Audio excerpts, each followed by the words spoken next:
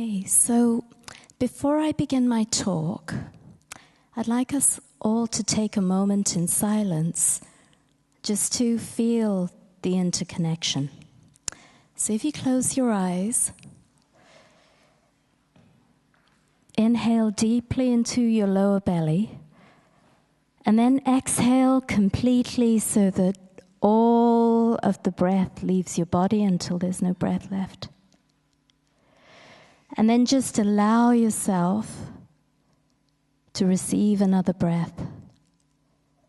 And just feel the energy, the life force, permeate your body and travel up to your heart center. Visualize in your heart center a light. And as you focus on this light, visualize that light. From that light, a beam emerging that travels up through the crown of your head, way up into the sky, connecting with the light above, drawing from that light, back down through the heart center, through the midline of your body, all the way down into the center of the earth,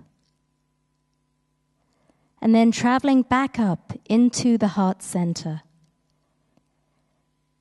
And as that energy intensifies and the light grows bigger and bigger, visualize that light traveling out in both directions from your heart center to the heart center of everybody else in the room, forming a gigantic circle.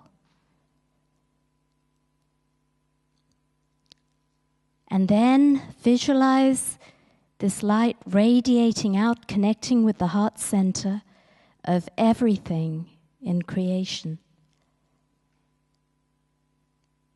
And just feeling that there. Feeling the support of being one heart.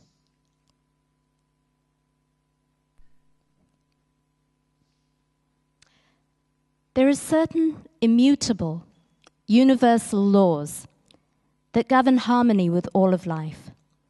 And they're very simple. To honor and respect oneself, to honor and respect the other, and to honor and respect the earth and all beings that comprise the earth. When our laws are aligned with these laws, we create a virtuous cycle of love, peace, and prosperity for all beings. When we violate these laws, we create a spiral of destruction, as we are seeing in the world today. All societies that have ignored this basic truth have perished. Never before have we seen so many interconnected crises, all of our own making. We have climate change, we have economic collapse, we have ecological collapse, we have mass species extinction, social inequity, war. So we need a revolution in law. Not just the content of the law, but also the way in which law is practiced, the way in which law is held. To realign our law with the universal laws that govern harmony with all life, so that the law once again becomes a living law that reflects our deepest values. In this talk, I'll walk you through how our modern legal paradigm currently operates and the transformation that is taking place in the world today to reverse the paradigm and to bring us back into harmony with all of life. So our modern law operates in an outdated paradigm which is based on 17th century science. It's mechanistic, it's adversarial, it's anthropocentric. What that means is we're dealing with things in isolation. We pit one party against the other, entrenching the victim-perpetrator cycle in our society. And we focus only on human beings, ignoring our relationship with the rest of life. Well, science has since moved on. Science has long recognized the earth as a complexly fluid, interconnected whole. But the systems that we have not yet caught up with this reality. To illustrate this, let's take a look at environmental law. Modern law facilitates economics. The problem is that it's facilitating an economic paradigm based on the exploitation of nature. There's one key concept that underlies our economic paradigm and all of the systems that stem from it, and this is the utility value of nature, valuing nature solely for its usefulness to human beings. However, nature is infinitely valuable, and infinitely valuable to human beings. If there is no nature, there's no humans. We'll all be dead. So how does this translate into law? Well, utility value appears in law as nature being property, and only property. In law, nature is dead. It's inert. It's an object to be used by humans as we please. And this has some very unfortunate side effects. The first side effect is that the law doesn't recognize a relationship between human beings and the rest of nature. So there are no obligations towards nature. It starts with the premise that all of life isn't protected, leaving us with the impossible task of reactively legislating to carve out protections. The laws that we already have, such as the EC Habitats Directive, the UK Wildlife and Countryside Act, they selectively protect endangered species. However, in a radically interconnected world, where according to scientists, dozens of species are going extinct every day, we're now experiencing 1,000 to 10,000 times the backdrop extinction rate. This approach is no longer enough. The process for updating the annexes, which list all the endangered species, takes years and extensive scientific research. In the time it takes to prove scientifically that a species may be under threat, it's already too late. Another interesting side effect of nature being property is that we're stuck in the planning courts. So all environmental issues are treated as planning issues. And so the only conversation that can be had in court is whether the correct planning procedure was followed. This makes it incredibly difficult for communities to use the law to protect nature. Even if a technical argument were found and a case was successfully brought, the very best outcome in law would be that it would go back to the planning committee. And usually another amended application is made and the development goes ahead. The only other avenue available in law is after-the-fact litigation. So if some environmental disaster occurred and we happen to suffer some economic loss, we can sue for compensation for that economic loss. However, this doesn't deal with the problem. There is no obligation to restore nature. So clearly, environmental law, as we know it today, is not fit for purpose. We're actually trying to use a legal system that is designed to facilitate the exploitation of nature in order to protect it. This is why public interest environmental law is such a frustrating activity. So we need systemic change. We need systemic transformation. And this is where holistic law and the rights of nature comes in. The highest protection that our law gives is in the form of rights.